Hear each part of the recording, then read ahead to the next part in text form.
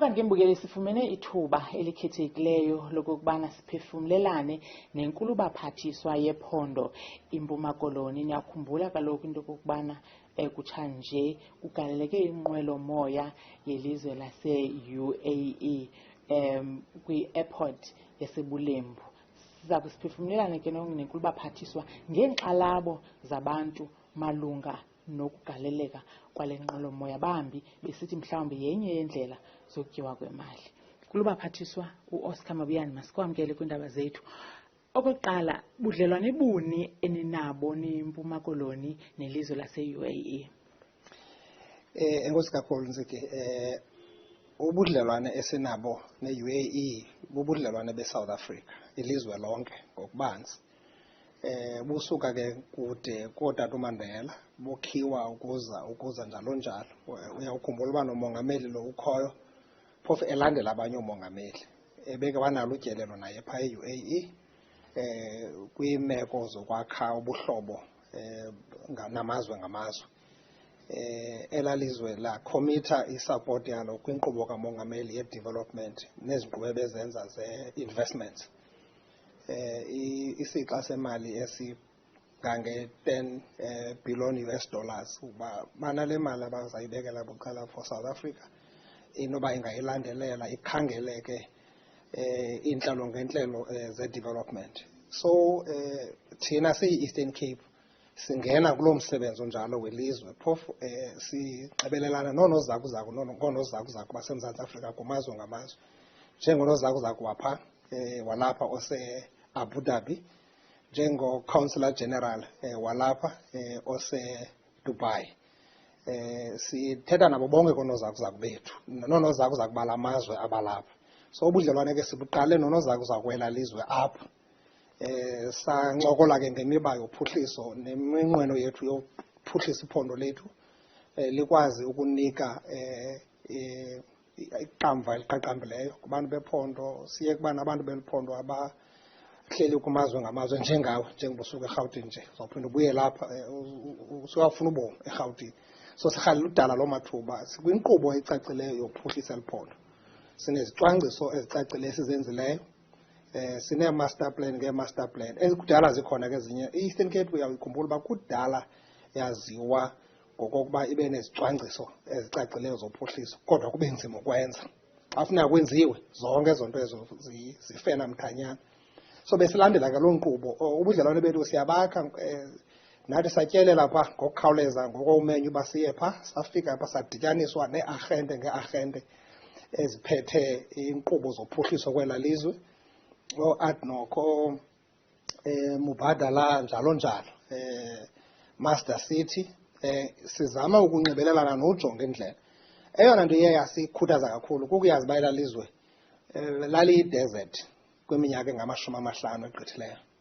Kodwa xa ufika kwela lizwe ngoku ubona elinye lelizwe elikhula ngesona sivinini sikhulu ehlabathini. Lilizwe ngoku na apho ihlabathi lihlangana khona, abantu behlabathi abavela kumazwe ngamazwe, wonke umntu ufuna ubheka phaa kuba kuyasetyenzwa phaa, izicwangciso zophuhliso zicacile, kuyenziwa, akuthethwa nje. So yasikhuthaza kakhulu ke loo nto. Xa siyijonga ela lizwe ke lilawulwa ngobukhosi, alinayo le nkqubo sinayo ke thina apha yedemokhrasi. Noba ufuna ukwenza uphuhliso funeka uke uxhwithwe usuwe ngapha nangapha, ngale nto ibe rayithi ke ibe rongo, uhamba uzicacise unguchopha ichaza. So ezo meko ezinjalo, kodwa ke sakho obo buhlobo. Ezona njongo zethu ke ngoku kukuqinisa amakhonkco ozakuzelwano phakathi kwethu siyi-Eastern Cape nela lizwana lapha ekuthiwa yi-Abu Dhabi, elikwa yi-capital city yela lizwe, apho ilizwe umongameli neziphathamandla ezihlala khona. So sifuna ke ngokuba nobo budlelwane siyobusokha obo budlelwane, sisebenza nonozakuzaku wapha olapha ePitoli. Ibe licham nethamsanqa elisilifumeneyo lokuza kukamongameli. Utyelelo kamongameli wapha ayiyonto ibe iliqubuliso, ibiyinto ebikudala icwangciso kusukela kulo nyaka kupheleyo. Mhlawumbi ndiqale uva ngayo mna kulo nyaka kupheleyo, kodwa ke ibiyimeko ebisenziwa kumanqanaba afanelekileyo. Bekusetyenzwa ngee-airport ezimbini, i-airport yaseMthatha ne-airport yaseGqeberha, apho bekuzawuzanywa ukhawulelwana. elalizwe ngenxa yeemeko zethu ke apha esinazo neemeko iziseko zophuhliso ezingaqinanga labeka imigomo lokuba bazawuncedisana nathi ukwakha ezi airport zibe kumgangatho ofanelekileyo kuba bebefuna umongameli wabo okanye ukumkani wabo afikele kwimeko erayithi. Ngenxeni yexesha abakwazi ulenza eli xesha lifanelekileyo kuba phaya eGqeberha eDavid Stilman Airport befanele uba balungise laa mzila inqwelontaka ihlala kuwo, the runway njalo njalo. Apha kumatshi ke xa befika bezosiripotela thina singurhulumente wephondo bathethe ngolo hlobo sithi hayi thina sinayo i-airport elapha engasetyenziswayo, bangakwazi uyoyisebenzisa laa airport uyoyijonga. Sicinga uba licham nethamsanqa into yokokuba kubekho intloko yelizwe elifuna utyelela apha eSouth Africa ngebhaqo lethu, athi akafuni ukuya Johannesburg, athi akafuni ukuya Durban okanye akafuni uya Cape Town. So ibiyimeko ebesingenawuze sibe siyayiphuncula. Nathi yiyo le nto siye siyakhuthala ukuya phaa ukuzakuza okokuba kungabikho nomnye umbono uba angajika kuthiwa akasezi xa efuneka ezile apha kuba sibona uphuhliso olukhulu, umzila ozawuthi ulandele ukuza kwakhe. Njebe beze apha ehamba nabantu bakhe abasebenzi nabo bonke abantu ebeze nabo apha, aba bantu baze naye ngoku kodwa siqinisekile bazawuphinde bafuna ukuzibuyela aba bantu njengabakhenkethi besiza neefemeli zabo, umntu sezozipholela ke ngoku. So uyenza njalo ke into yozama ukukhulisa ezoqoqosho, ujonga kwiinkalo ngeenkalo. Kuthi yinkalo yezokhenketho, iphinde ibe yinkalo yezolimo. Ela lizwe lifumana ukutya kumazwe angaphandle, u-95% ukutya okutyiwa phaa. Ifruthi yalapha, i-citrus, uninzi lwayo apha e-Eastern Cape, njengokuyazi into okokuba ngokwefruthi silandela iLimpopo. Uninzi lwefruthi yethu ihamba phaa e-UAE. Inyama yalapha isuka apha ngeetrakhi iyokhweliswa eJohannesburg airport ibheke UAE. So kuthi ke ibe yiyona ndlela ekhawulezileyo kwiingcingane ngeengcingane esinazo uba sinezitate esizenzileyo phaa, sikhomishina ooGTEC bayosiphandela into yokuba le airport singayirivayiva njani. Besisaxakiwe because ke ubungenokwazi urivayiva i-airport ongayaziyo uba uzayithini. Ibizawuba yi-fruitless expenditure leyo apha eSouth Africa okanye wasteful, ixoxise iphinde kumuke ngenyawo ngumntu wonke. So ibe lithuba elikhethekileyo eli esibe sinalo. So xa sibabonisa le airport bayoyijonga babuya besithi number one yiyona nto ifanelekileyo le, kuncinci okunokwenziwa phaa. So sijonge lukhulu ekuphuhlisweni kalaa airport nabo. Phofu iinjongo zethu kulaa airport kukulandela imigaqo emiselweyo kuba ngoku binikwe nje imvume yethutyana yokokuba mayikwazi usebenza njenge-port of entry, ivumele le meko ibisenziwa kulandelwe imigaqo yelizwe. Home Affairs yiyo le nto xa abantu bebefika phaya, u-customs epha from SARS, bafika u-immigration epha from Home Affairs, amapolisa, wonke umntu ebefana uba upha kwi-port of entry ebekhona. Bekungekho nto ibisenziwa phantsi kwetafile njalo njalo. Yonke into ibibekwe olubala kusenziwa kuba beyingabiwa, ibiyinto esemthethweni ibifana uba iyenzeka. Kodwa kuthi si-Eastern Cape siyithathe ngento yokokuba ukuhlala nokuphakama kwezaa nqwelomoya bezihlala phaa ziphakama phaa kukuphakama kwe-Eastern Cape. Kwaye siyakholelwa into yoba xa siyilandela ngolo hlobo izawukwazi ukusizalela amaduna nangathokasi. So siyachulumanca ke ngalaa nto. Yenye yezinto esinozingca ngayo uba sikwazile ukuyenza yenzeka noba siyenze ngethuba elincinci, kwaye yasibonisa, yasivulela amathuba aphangaleleyo. Ngoba ndiqinisekile ngoku noba ibize negative noba njani na, wonke umntu uyayazi ngoku into ekuthiwa yibulembu airport, abanye bengazange bave ngayo, ekumgangatho wehlabathi lokuhlalisa iinqwelontaka zehlabathi. So leyo nto nje iyodwa iyasixelela into yoba sinemathuba amakhulu okukhulisa ezoqoqosho apha ngezokhenketho kwakunye ngezoshishino nokuzakuzelana kwamazwe ethu. Abantu balapha nangona sikhula nje kwezokhenketho kodwa funeka beqale bafika apha eSouth Africa, bafike bohlike eJohannesburg, balale phaa eJohannesburg, bachithe imali, basuke eJohannesburg babuyele baze Eastern Cape. So ithetha ukuthi abantwana base-Eastern Cape funeka qho bahambe bayorhawula la mathuba emisebenzi kwezaa ndawo because thina siyi-secondary, siphaa kwi-periphery, siyi-province. So sinoxanduva ke siyi-leadership ngoba sikhupha iprovince kuloo nto, sikhangela zonke iinhlelo ezisemthethweni ezinosincedisa ukuba sifezekise umbono esinawo ngophuhliso lwase-Eastern Cape. So ndizama ukuthi ke kumsebenzi besiwenza lo kuba siqhutywa ngumbono wophuhliso lwephondo, kwaye lo mbono lowo asiqonda uba uyawufatalana. NgoLwesibaphathiswa kukho inkxalabo yaye nabagxeki bakhalazela into kokubana ewe kuzawukhula ezoqoqosho, kodwa olu qoqosho lukhula kusetyenzwa nguMzantsi Afrika nephondo laseMpuma Koloni kunye nelizwe elingafunanga uku-extradite iGupta brothers. So kukho laa nkxalabo yoba la makhonkco wentsebenziswano phakathi kwala mazwe mabini azawuba anyanisekile kusini na xa elalizwe i-UAE lalayo ukuthumela abarhanelwa ababini uba bazojongana namatyala wabo eMzantsi Afrika. Kukho imithetho yehlabathi elawula le meko uthetha ngayo ngokugunyaziswa lihlabathi. Uba kufuneka kubuyiswa abantu kwelinye ilizwe baye kwelinye ilizwe kulandelwe imithetho ethile. Thina ke siyi-Eastern Cape sikude kakhulu kuloo nto, ngumcimbi lowo wabantu abangasentla kuthi.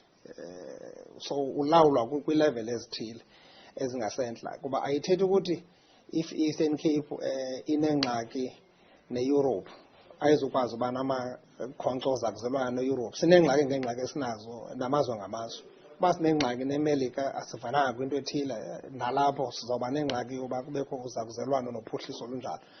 Asingendawo kuloo nto, thina sazana naGuptas, asingendawo kwiGuptas. Bakhona abantu abachuphela lo mcimbi weGuptas njalo njalo, and andiqondi kungakhutshelwa umsindo waloo nto kuthiwe makungaphuhliswa noba kukho abantu abazophuhlisa. Abantu abazophuhlisa bavela kwindawo ngendawo. Abanye basuka kumazwe awayexhasa i-apartheid apha kweli lizwe, kucinezelwa abantu, kuhlukunyezwa abantu beli lizwe, abantu benganikwa amathuba esinawo. Sikule meko sikuye Eastern Cape nje, yimeko endala esuka kunongqawusi, i-colonial system, indlela eyangena ngayo apha ukuza kwe-apartheid, yafika i-apartheid yabeka istampu sokokuba lena indawo yindawo yabantu abangazuphuhliswa, ekufuneka besukile apha bahambe baye kumanye amaphondo bayofuna amathuba emisebenzi, baphuhlise la maphondo, baphinde babuye apha bengenamandla. So ndizama ukuthi ke lo mcimbi ke weGuptas asingendawo, thina sinanto kwenza nazo, zange sabananto kwenza neeGuptas zilapha, zazingazinozapha for that matter e-Eastern Cape. So singakebuzwe kubantu beGuptas ke into yeGuptas ukuba sichaphazeleke thina kuloo nto. Thina sikhangela abantu bokutyala imali, sikhangela ubudlelwane namazwe ngamazwe. Le inkqubo siyenza futhi sicacelwe ngobe kukho i-State of the Nation address, besine-meeting phaa eKapa nee-ambassadors eziyi-9 zala mazwe kuthiwa yi-Asian countries. Not onke la mazwe mhlawumbi asibona ngendlela efanelekileyo. Elinye laloo mazwe ingathi ngoku lizawubamba i-G7, bekukho isankxo sokokuba elalizwe lisimemanga singuMzantsi Afrika njalo njalo. Asithethi ukuba sizuthetha naba bantu, sizakuzelane nabo. ISouth Africa uba ndiphazami ingathi lilizwe lesibini kumazwe ehlabathi ukuba nonozakuzaku ehlabathini. Ithethi ukuthi iSouth Africa ingalizwana apha elisakhulayo, kodwa i-footprint yalo ikho kwihlabathi lonke. Oonozakuzaku sibabekele uba bayozakuzela uphuhliso, not imfazwe. So lithuba ke sinalo esilisebenzisayo ke nathi eli lokuqinisekisa lona. So nje lo mcimbi ke weGuptas ke kumcimbi nje siwujongela apha, so bekuze upresident apha. Into eyenza umdla, ezi bhaloni bezilenda apha, ingakumbi ezi zinkulu zamajoni elalizwe, bezifika zibilende apha necargo zogqiba zisuke apha zibheke eKapa, zifike ziyorefuelisha pha about 2 million liters. You can imagine the economy ekuthethwa ngayo. Kodwa xa zisiya pha ayiyongxaki, irayithi maziyokugalela pha eKapa, kodwa xa zilenda apha ingxaki inkulu gqithi. So iyakubonakalisa into yoba kukhona ukunganyaniseki kule nto, kukhona ufuna ukudlala ipolitics kule nto. Sina ke sikhokele apha sanyulwe singurhulumente, sinoxanduva lokuphendula kubantu balapha, sibacacisele xa befuna ucacisela. Economic spin-offs NgoLwesibini zoluzakuzelwano ingaba abantu abazawuxhamla ngabaphi if we can break it down even mhlawumbe nakwi-country not necessarily e-Eastern Cape ngabantu abanjani ingabaphi abazawuxhamla should economics kubonakale indima okanye uqaliswe ukwakhiwa iziseko izawudala amathuba engqesho. Kuzawuxhamla abantu abangasebenziyo, abantu abaninzi abangasebenziyo balapha e-Eastern Cape kwilizwe lonke. Kuthetha ngabantu abadinga umsebenzi nabafuna umsebenzi nabangenathuba emisebenzi ngabantu balapha. So xa sisenza imeko yophuhliso njengale, inye into esiqhutywa yiyo kukuba sidala amathuba emisebenzi. Xa sidala amathuba emisebenzi sikhulise ezoqoqosho, kuba la mathuba emisebenzi akazukwenziwa nje ukuhlala kwebhaloni, kodwa nokuhlala nje kwebhaloni idala amathuba emisebenzi. Abanye abantu bebesebenza pha kwezaa ntsuku ezibhaloni bezihlala pha, abanye babesebenza apha kwa-AXA apha ko-East London Airport, King Phalo. Ngenxa yomeko ngeemeko ezenzekayo ko-SAA abantu baphelwa imisebenzi. Umuntu ebekhokela phaya the site yakwa-fire ntontoni these interventions umuntu obesebenza bebesehleli apha emakhaya engenzi into. So la mathuba njalo abantu baxhamle pha ngoku bekusazenziwa nje izinto zilula besenzeka, kodwa iinjongo zethu luqoqosho.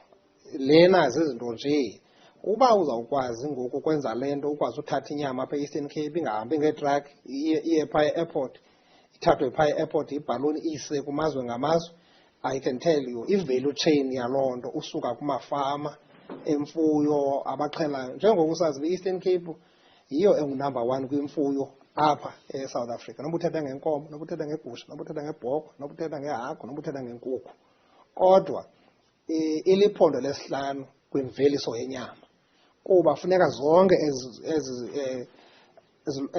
le mfuyo ndithetha ngayo ithathwa apha e-Eastern Cape iyoprocesswa kwenye indawo.